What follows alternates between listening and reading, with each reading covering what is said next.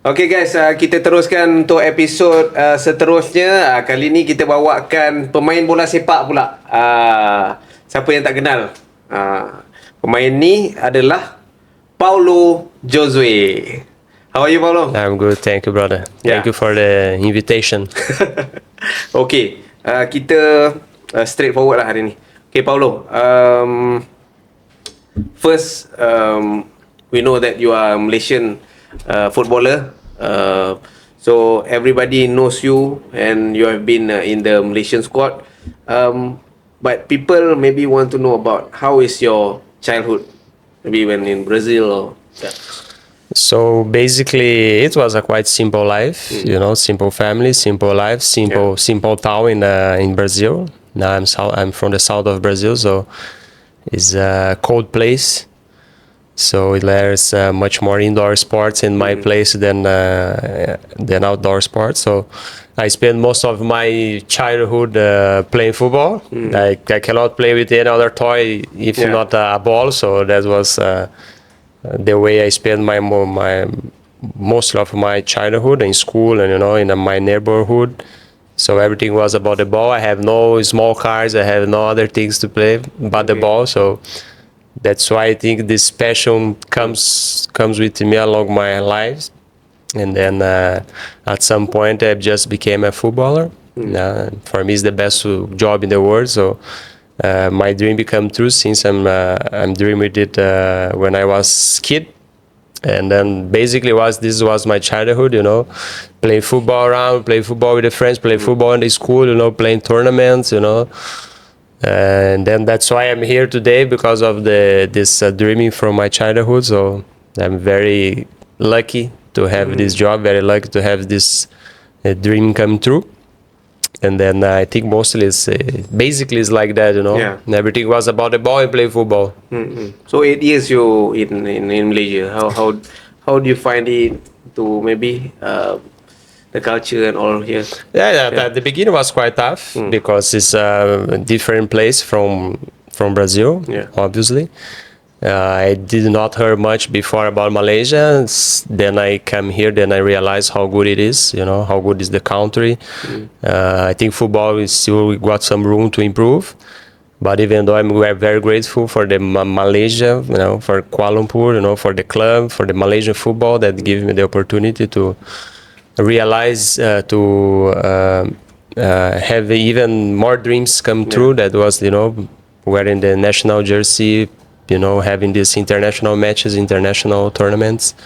So I'm very grateful for the Malaysia. I'm very grateful to the Kelsey, to the club itself.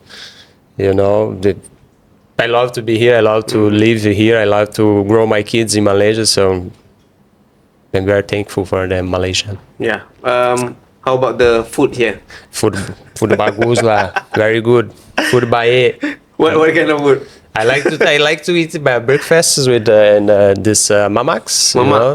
Okay. Roti jantan. Roti jantan. Roti jantan satu and satu teh ais kurang manis. Teh ais kurang manis. Some of the words, the Malay words that you can. I can understand a little bit. I cannot speak much, but I can understand a little bit. I can understand already. That's the only thing that I feel very shame is after so long in Malaysia, I still cannot speak the language. I think that's something that really makes me feel bad about the time I spend here. But also in Kuala Lumpur, where I spend most of the time, everyone can speak a little bit of English. So on the end, they see my face. No, this is a masale. I need to speak English, So everyone speaks English with me. So they do not force me to speak the local language. So that's the only thing that I feel a little bit shamed is not to speak the language properly. Yeah, but I think one day if you can speak fully Malaysian language, then I think people will be like very amazed. Yeah, that's true. But anyway, I should get learning it because I'm very long in Malaysia and I still cannot do it properly. So I feel very, very sorry for the people when they come with me and talk, and then my bahasa is not. Sometimes I got a wrong call. Somebody call me wrongly, then they started speaking bahasa. So you just sorry, listen. bro, you need to speak in English, please. So you listen first. I listen first. I speak in Bahasa, but then I say, bro, it's too fast. And then please speak English. Then I say, sorry, wrong number. Okay. All right. So that's about maybe your childhood and a little bit of sharing in Malaysia.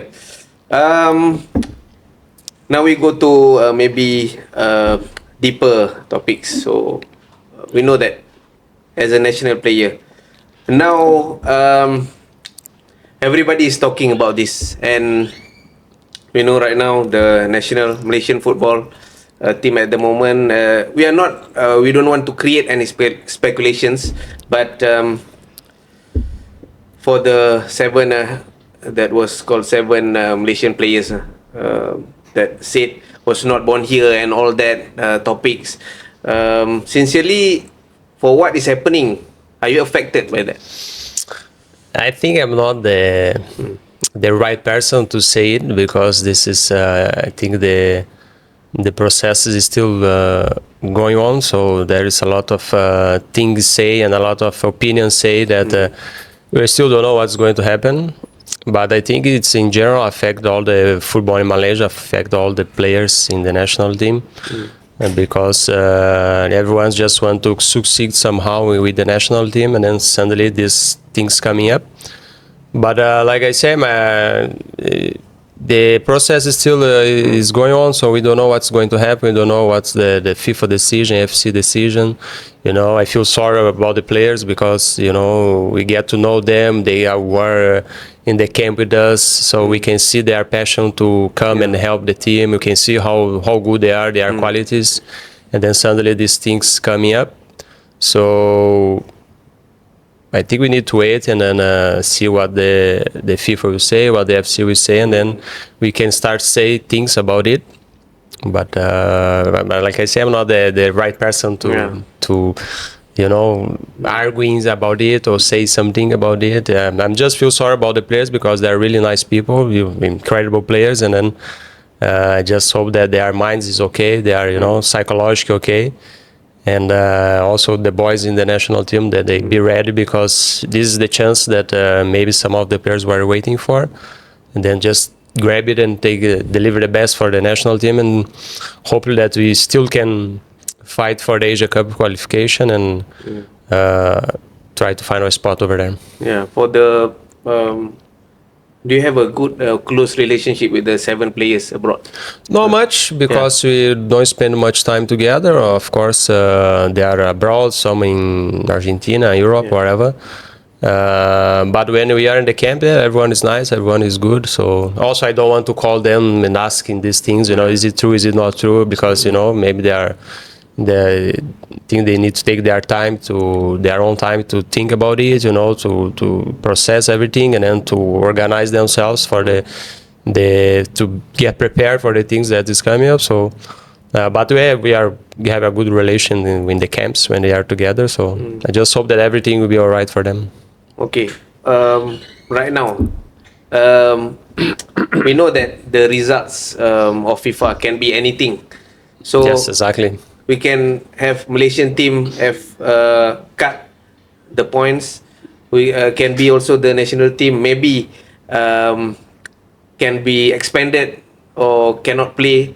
So it can be anything. So do you think after this all has been have a result to it, so do you think that the team will face difficulties after this, because before this 7 players is there and maybe not there, so that kind of thing? But there's a little bit tough question, but I don't think so. I don't think so, because before all these new players coming, we still managed to have good results. Yeah. So like I say, there is now maybe 7 players out, and is an opportunity for 7 players to come in. Maybe 3 of them, 4 of them is first 11. Now is a chance for a new 4 first 11 to start again.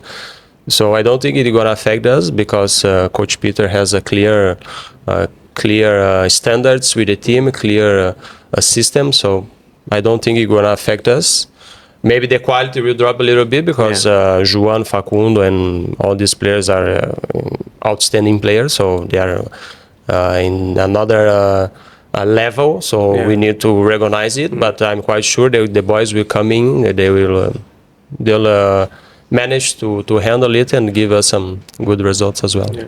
First thing, when you heard about this news, maybe it spread all that. How do you? Is it surprise you or? What is your response? Of course, surprise us because it come from nowhere, right? Yeah. And especially because we really play good football that time. We are really make something now. we really make something special, good. You know, we can see the growth of the team. You know, the difference and the quality or whatever. But suddenly this news come up, so everyone, I think everyone in Malaysia was shocked by it. But what you can do is for now just wait and see what is the final decision from this AFC and FIFA. Okay, that is from the aspect of players and coaches and all that. How about do you feel sorry for the fans? What is happening? This is, I think, is the toughest one because there is a lot of opinions, and like I say, a lot of people say things that maybe is not true, maybe because the process is still do not finalize. So we can't say much until the last decision is made. So but of course we feel sorry about it because we just want Malaysia to feel proud about the national team, and then we need them on the stage. We need them in Bukit Jalil always, like here against Vietnam. It was beautiful atmosphere, 60,000+ people supporting the team, and the team responded well about it. And then suddenly all these things happens. Maybe it shocked the supporters a bit, but we feel sorry definitely, and I just hope that after all this finish off, then we can back to the track again and then try to bring some more proud for the supporters, some more good results and all these things. Okay, of course. We are hoping the best for our national team. Yeah, of course. Yeah. You as a striker, so now moving towards your individualities. So your capability as a striker. We know that it takes ton of efforts and sometimes luck to put the ball into the net. So as a striker, what is maybe your principle and your method in attacking? That's a quite question as well. So I cannot tell my secret, and then everyone will copy me. No, but basically, look, I just became a striker last 2 years, after the national team call up coach Kim Pangun that time. He played with 3 at the back and 2 in the middle, so there's no room for number 10. Okay. So he just pushed me to the striker position because there was no attacking midfielder on that moment.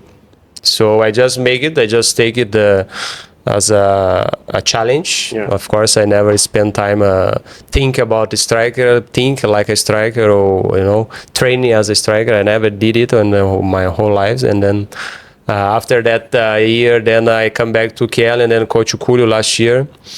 Actually, Coach Nena 2023, we have no striker that time. I think the last 2-3 matches, then he asked me to play as a striker. Then I managed to score like in 3 games, 4 or 5 goals, something like that. And then Coach Julio was his assistant at the time. And then next year, Julio take over the team, and then he knew I can do something there as a striker. Okay, Paulo, you go as a striker first. Of course, I was mad because I was not a striker, so I don't want to take this role if it's not my role. You know what I mean? If you need 1 or 2 games, okay, no problem, but not for the whole season, not every game. Then if I do not start to scoring goal, maybe he thinks I'm not good, but I'm not a striker. You know what I mean? So it maybe what can make some things on his mind, and then on the end, who suffers is only me.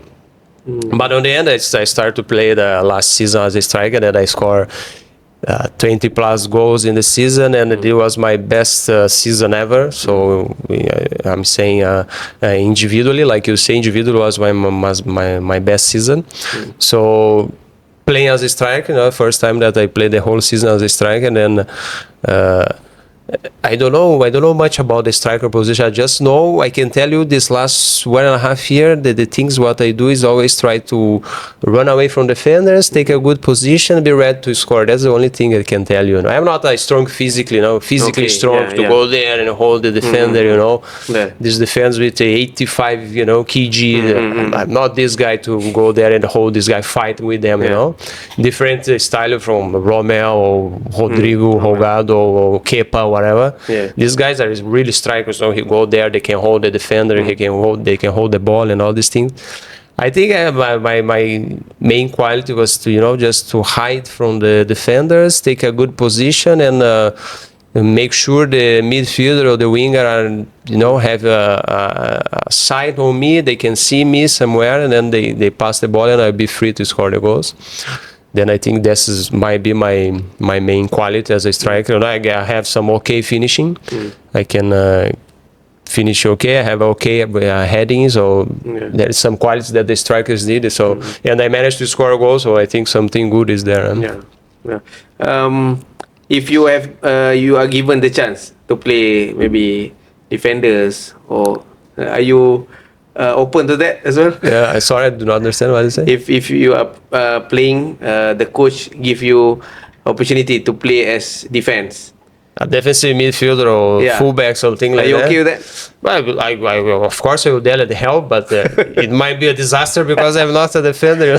I don't used to defend much, and now I'm getting older, so defensive is a quite physically job. You need to run, you need to be attention all the time. So I can tell you that all these defenders are crazy and good because it's a lot of things to do. A lot of things to prepare off. Imagine you now these days you are a fullback and you need to handle Arif Ayman. How hard is it? This is hard, brother. It is fast. He can chop you 2-3 times. Very hard. Change direction so easy. So it's not easy to be a defender. So I'm quite sure I won't be a good defender if they put me in there. So Coach, I won't be a good defender. Please don't put me there. So you will stay as a striker. I prefer to be there. Either number 10, either a striker. No problem. Okay. All right. Okay. So we still remember this moment. We know that JDT is a very strong team. Johor Darul Takzim, without doubt. In 2021, KL City managed to beat JDT 2-0 in Malaysia Cup, and you scored the second goal. Bring us back to the memories. That was, I think, the most happy days I have in Malaysia football, because it was, I don't think anybody expect that KL will win this match. Yeah. And then I think knowing that Coach Boyan did a very good, pre-match speech, and then pre-match organization for the team. So we are quite relaxed on that day because we have no pressure to win. So anything, if GDT win, it's normal because it's against GDT, so nobody expects us to win.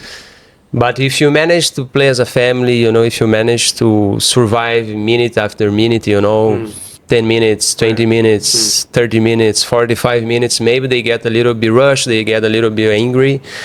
I remember that we always used to talk it, so let's make them, angry, let's put some pressure on them. So that's the strategy.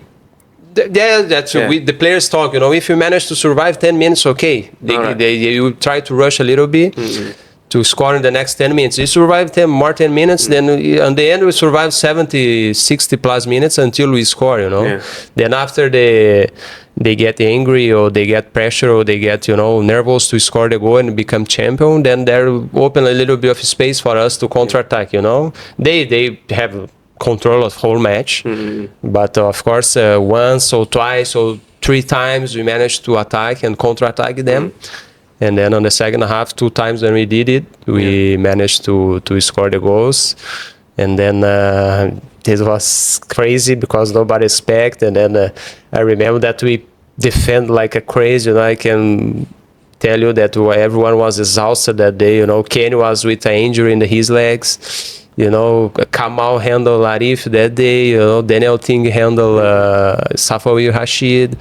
Gigi and Kenny with the Bergs up there. We have Kevin on the goal as a goalkeeper that year, then he saved everything that comes to the goals. It was crazy. Everything works for us that day, and not much for the JDT. So I think this is one of the ways you can beat JDTs when nothing works well for them and everything works well for you. Then that's a way you can beat them. And make them angry. Which doesn't have much, you know. Yeah. Which doesn't have much with JDT, but that's how this is the beauty of football, right? Yeah. Some weak team can be the strongest team. That's not common, but sometimes happen. And that year, that Malaysia Cup final, that year happens to us, and it was crazy. You know, everything was so beautiful. So many good messages they all texting to us, so many people cheering with us, so that was crazy good. It was so nice. So during that second goal, maybe before that, are you expecting to score? No, I think that day, that moment when Hadi give it to Ryan make the cross. I think Ryan was aiming Romel, because Romel was behind me. And I knew that, and I thought maybe the ball goes over everyone, and Romel head into the D box, because if the goal goes too behind, he cannot score because it's too far from the goal. Then I was just getting in the box, and then if Romel's heads back to me, maybe I'm free in the D box, then I can score. You know, that was my thought. And then when I see Ryan, I think he say he'll cross to me, but I think he missed the cross, and then I get in the box in the right time, just behind the defender that day. Then I just nicely chest it, and then I scored the second goal. But mainly, I think I was. I mean to went to the deep box to get the second ball, some rebound over there, and then on the end the ball comes to me, and then I got some lucky, and then scored the goal. When you scored the goal, share a bit the crowd there. Oh my gosh, that was crazy. The only bad thing that day was we are on the SOP because of the COVID, so the stadium wasn't full. I think it was 20 plus 30,000 people.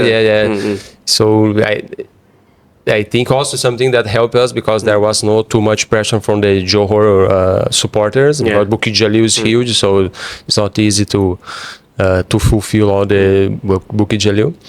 But it was beautiful, you know. Everyone was cheering, everyone was celebrating with us. You know, I cannot believe that it was happening. Oh my gosh, it's happening! It's everywhere I go. I just run as far I could to just take some time. Okay, let's cool down the game a little bit. Then we ran over the track there, and then we go close to the fans. Then we spend some 5 minutes over there, you know, to make the players of Johor angry a little more, because they're taking time. You need to go. They pressure the referee, and then we just celebrate Maybe together. Taking some of the time as well. Yeah, of course. Let's kill some time here, you know.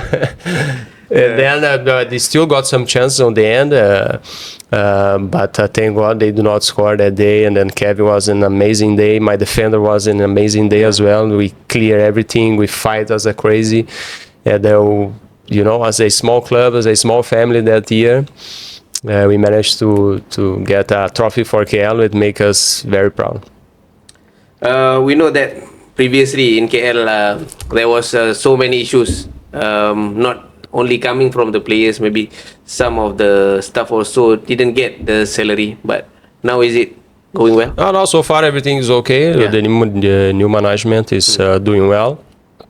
You know, also all the new players are happy because everything is all right. So I think I hope that the management can keep it up. We can see once the club is financially healthy, and you manage to bring a good team, you manage to build a good, strong, good team, good players, good character players. The teams always can fight on the top, which is happening to us right now. I think the previous years, there's a lot of financial problems, and we do not have too many players on the squad, which is not easy to play in the league. In the cups, okay, you can, you know, with 11, 12, 13 players, we can fight because it's knockout stage. So sometimes it happens, but for the league, is a lot of games, so you need to play home and away all the time. So once you do not have a long squad or a big squad, I mean 20 plus players, it's very hard to be strong enough in the league. So this season we managed to do it, and then we can see the results. We are unbeaten. Now it's 8 rounds. We win 6 and draw 2. It make us with the 20 points, which is beautiful. I think never in the KL history they make that good. So I feel proud of the boys. I feel proud of the coaching staff that they are doing a very good job so far. I just hope that the management, in this case, I'm back on the topic, they can keep the financial things all right, because these boys can give a good answers to them, good reply, good answers on the pitch, especially with the results. Yeah, we know as the players also, they need the salary for them to of course. that, This especially last season that we spent like 4 or 5 months without salary. It do not affect much that time, because we are a small group, so we try to keep everyone together, like a small family, everyone together. We run together, we cry together if you need, and we celebrate together. And then somehow we managed to still survive and doing well in the league, doing well in the cups. But you cannot predict how long you can do it, once you have no salary, all these things, because you have problem, I have problem, everybody have you have your bills, I have my bills, so I don't know how long you can survive, how long you can deal with that. I can deal a little bit more, you can deal a little bit less, or a little bit more. So 1 or 2 months might be no problem, but 3, 4, 5, then it's too much, So some of the players, they might lose their mind and then do not come for the training, or maybe try to find another job to feed their family. So that's the issue when you have these financial issues in the club. Okay. During that time when you were struggling, like some of the players, maybe they think that I want to leave this club, I want to find another club, or maybe I want to stop forever, find another job. So you personally, what makes you still stay in the club even though you're facing difficulties? Because I knew the situation, they're gonna settle the situation somehow. Sooner or later, they're gonna have to settle it.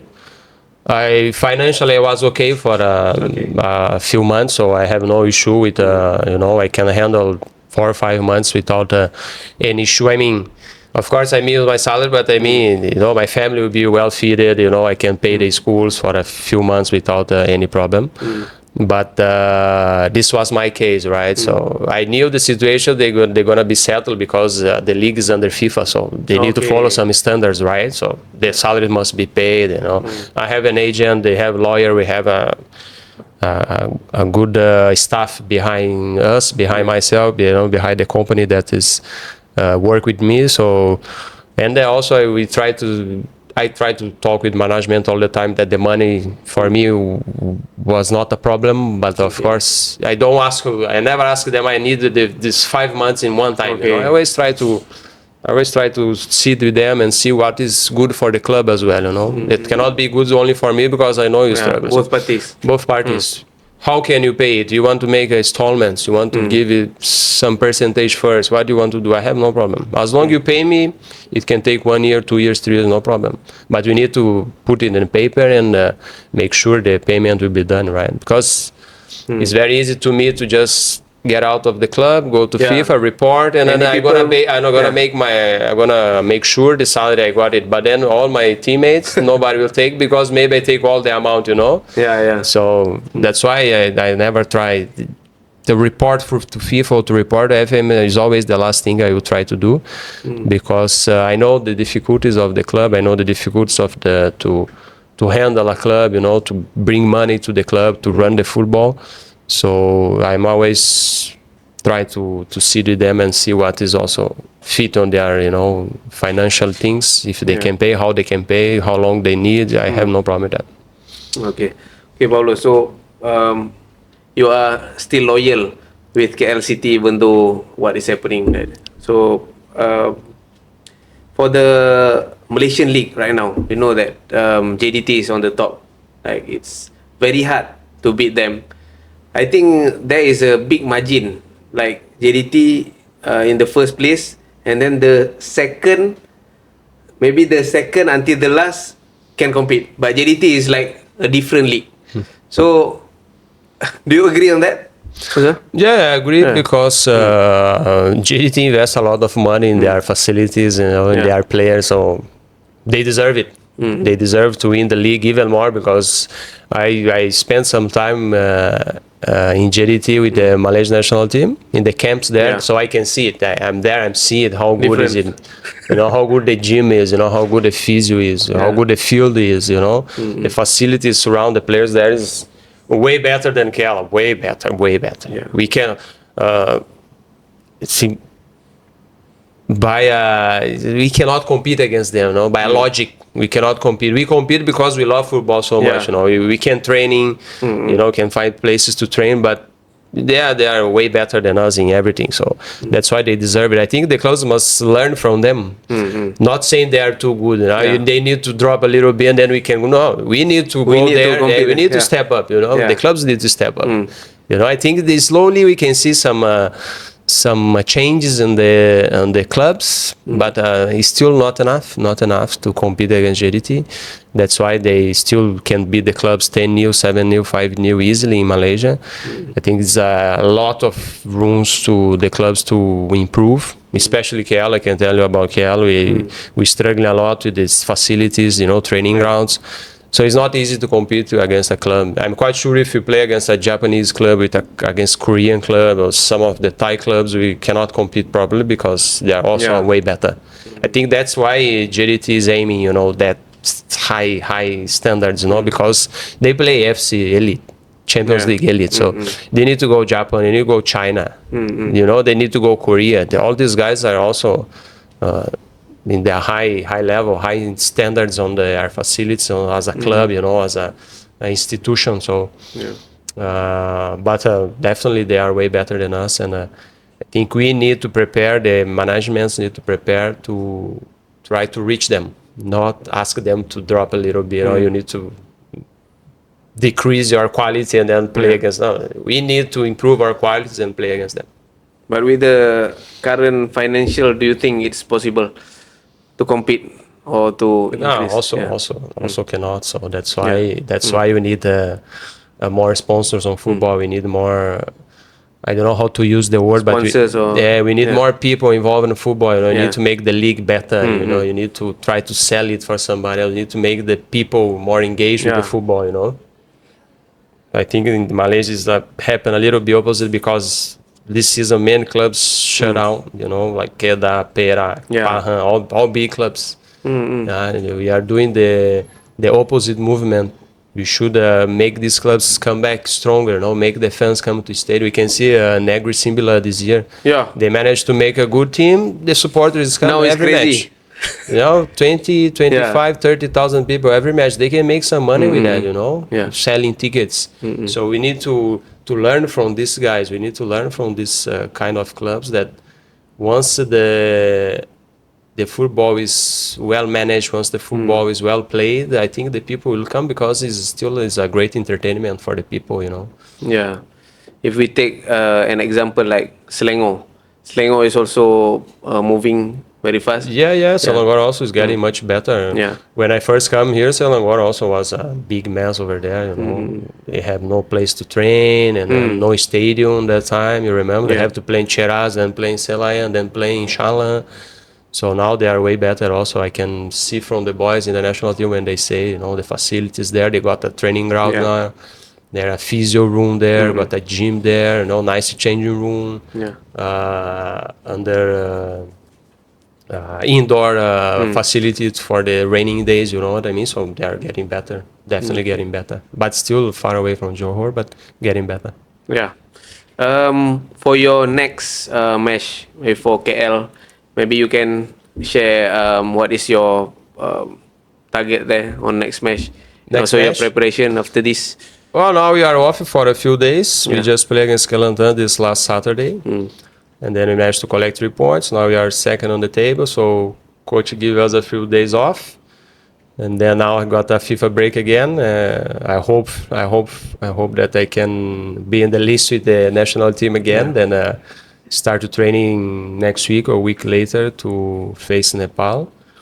And then after this, we're gonna face Melaka in the Malaysia League on 30th November, if I'm not mistaken. So I still got time to prepare for this match, but I think we have a chance also to collect some points over there, and then after this we have to face JDT away, so it's gonna be a very tough match. But as long we manage to collect points against Melaka, I think JDT is less pressure, to get points, especially because it's away game. And then we can keep going on and then climb in the table, try to, assure the second spot. Maybe we can play next year a Champions League 2, these things. It's always nice to play these international tournaments, so shop pickup, whatever. So I think this is what I'm aiming for. We still, the management is still not clear what they want, but in my mind and the players' mind, I think everyone wants to run for at least second spot to play this next year international matches. Yeah. How do you manage your time with this very tight schedule and all that? That looks very tight, but it's not too tight. It's okay, like So you have time. you train once a day, evening, coach like to train now in the evening, so we have a whole morning, not free, but we have whole morning to do your things. I can drop my kids at school, pick up them at school, and then have lunch with my wife, have some time with my wife, go to the gym, all these things. So, but it looks tight, but it's not too tight. Like, it's okay, it's quite handleable, no problem. Yeah. And for the national squad, like what you said just now, you're hoping for. Yeah, I always hope it because there's a lot of players in Malaysia, so there's a lot of strikers as well. So it's not easy to be there. So I always want to be there, but I know I need to work very hard. I need to be fit. I need to prepare myself to go there. So. That's why I always hope I'm not put myself on the list until I see the list, So my wife is always say, she's checking. 18, you get a national team. I say, I don't know yet. I need to see the list first. You know what I mean? So I'm always, get excited to see the list if my name is there. But I completely understand that is a lot of players that also wants to be there. So it's completely up to the coach who he is going to bring on. Who is in the standby list or whatever. Yeah. So I just hope that I'll be there and then I join the team and try to help them against Nepal. Okay. How do you rate Peter Cklamovski and he as a coach? A very good coach. Yeah. He's very good and give the players and give the coaching staff guidelines, So we aim this, we want to do this, we want to prepare for this, we want to do this movement, we want to score the first goal, we want to score the second goal, we want to score the third goal. This is so he had the target. The target very clear for everyone.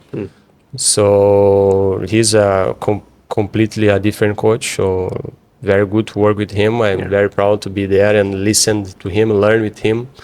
And then I hope that he can help the Malaysia team to doing even better, despite all these problems that we are facing. But of course, he's an outstanding coach, high standard coach, came from Japan, with a clear mindset, clear mentality, that he's passing to us all this passion, all this understanding of football to the good of the team, to the good of the country, good of the national team, and good of the players also. So I can tell by myself, I'm very happy to be with him there, with his coaching staff. They're very good guys as well, working a lot. They're always with a lot of information, a lot of videos showing us what is good, what is wrong, what we should do better, what we should improve, So it's a high level coach, high standard coach. In the dressing room, did he scold the players or show the emotions and all that? If you are a little bit slow, if you are a little bit, not doing what he's asking for, he come out with some screams and then all these things that make sure that guys, come on, we can do it. You better go there and do better.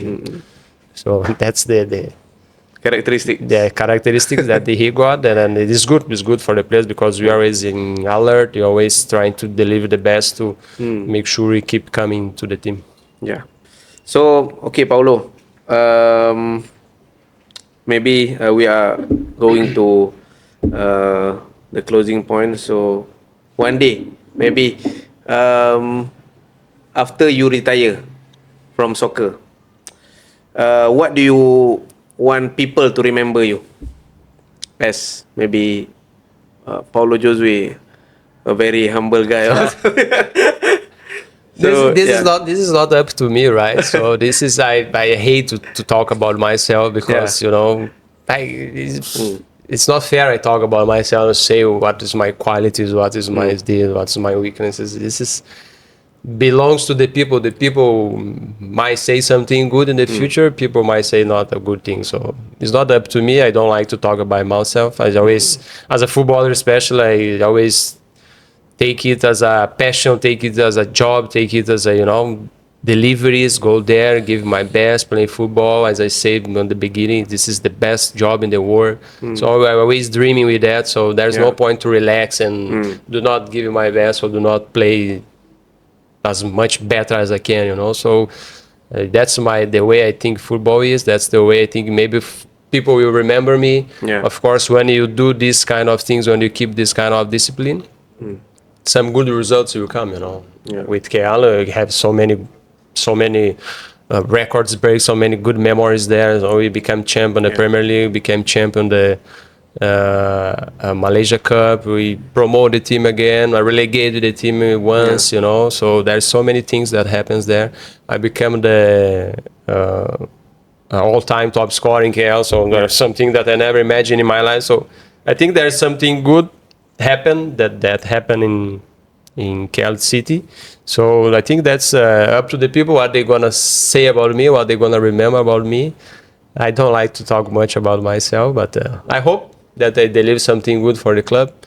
I still want to play a little bit more. I don't know if I will manage to do it, but I still think I can help the club. I can help in the football world, you know, the football clubs, the young boys. I still can help them to play football, to support them in the field. So I hope the people gonna have good thoughts on my career, especially in Malaysia, where I think I reached my highest level was in Malaysia. So I hope that, especially in KLC, that people will remember. Do you have like a certain age gap or limit? Like, okay, this will be my last.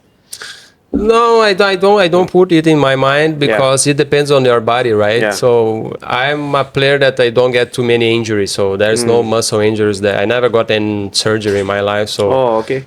Nice. that's something that postpone your retirement, you know what I mean? So that's, I hope to keep doing that. Or maybe if I can reach 40, that's for me gonna be beautiful, you know? Okay. Reach 40 playing with players with 20 years old, you know, try to support them, give some tips to them, you know, give some guidance to them.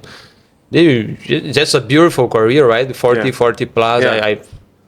Of course. I think that these guys who goes, you know, Modric, these guys go Ronaldo, Messi, it's amazing, you know, just see these guys still performing well with 40, 39, 40, 41, Indra Putra, Shukur Adan, these guys is unbelievable.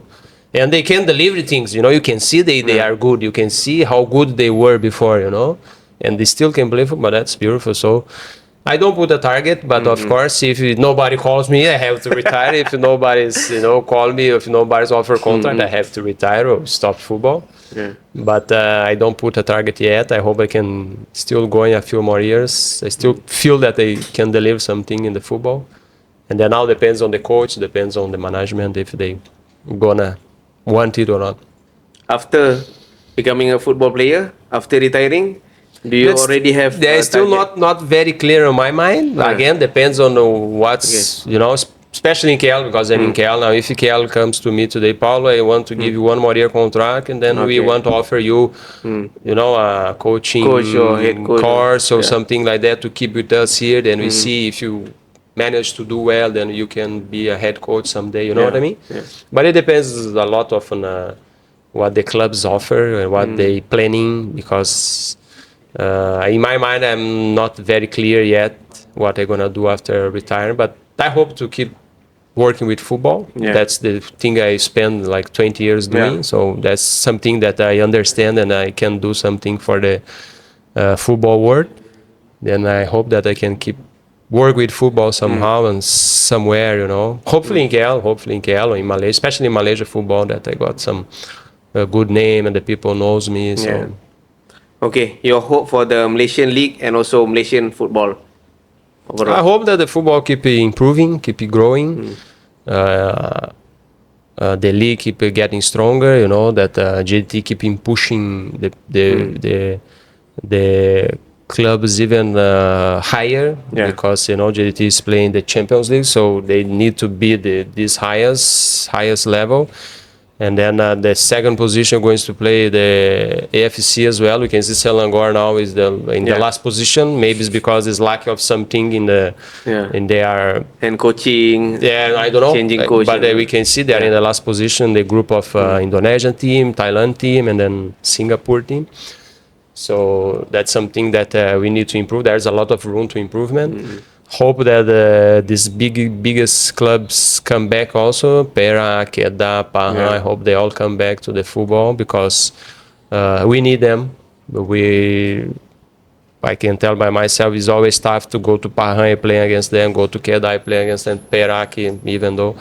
So I hope that these clubs come back stronger, you know, healthy enough to handle these financial things. And then I hope that Kekal also keep doing well. You know, we can see a little bit of changes over there in the club. So I hope that in general, I hope the football is getting better, improving, getting growth. You know, I hope the clubs can get better facilities, better condition. You know, hope for a lot of good things for the football in Malaysia. And for the national team with these issues, your hope everything will be I hope that settled. nothing happens. I hope that we can keep everything. I hope that the players can come back. I hope that that we do not lose any points, that we can qualify for the Asia Cup. You know, I'm gonna be with 37. It's early of 2027. So maybe I got some chances to be there yet. So that's what I hope for now. But of course, not up to me. There's a lot of things happening now. We need to see and wait what's going to happen, what's their last decision, and start to plan the future. Okay, Paulo, your message to the fans that supported you throughout your journey. I just want to say thank you so much. You know, many of you is following my journey for a long time. I'm very proud to be a Malaysian right now. Very proud to stay in Malaysia. Very proud to have KL as my only club in Malaysia. So thank you so much for your support. We gonna try our very best to do well in the league. We're gonna try our very best to I'm gonna try my very best to keep coming to the national team, helping them somehow. 5 minutes, 10 minutes, you know, super sub, whatever they ask, you know, 90 minutes, and then bring some more proud for the Malaysia supporters, and especially for the KL supporters. Thank you so much, guys. Okay, Paulo, the last one. Can give a bit a shout out for the Deaflympics athlete that is going to battle in Tokyo. Yeah, I hope that they can do well over there. I just heard it. I just heard about it right now when you tell me. So hope that everyone can do well. Hope that we can have a good results. I've heard that you got chances to get medals. So let's make Malaysia proud, and we are all supporting you. All the best. Okay, itu dia. Thank you very much, Paulo Josue. Itu dia temu bual padat dan ringkas daripada kita punya pemain Harimau Malaya, iaitu Paulo Josue. Jadi kita jumpa lagi dalam episod akan datang dalam Stadium Meletop. Gemuruh macam stadium penuh, cepat sikit merapat bro. Stadium Meletop nama dia, sembang padu sampai pagi buta.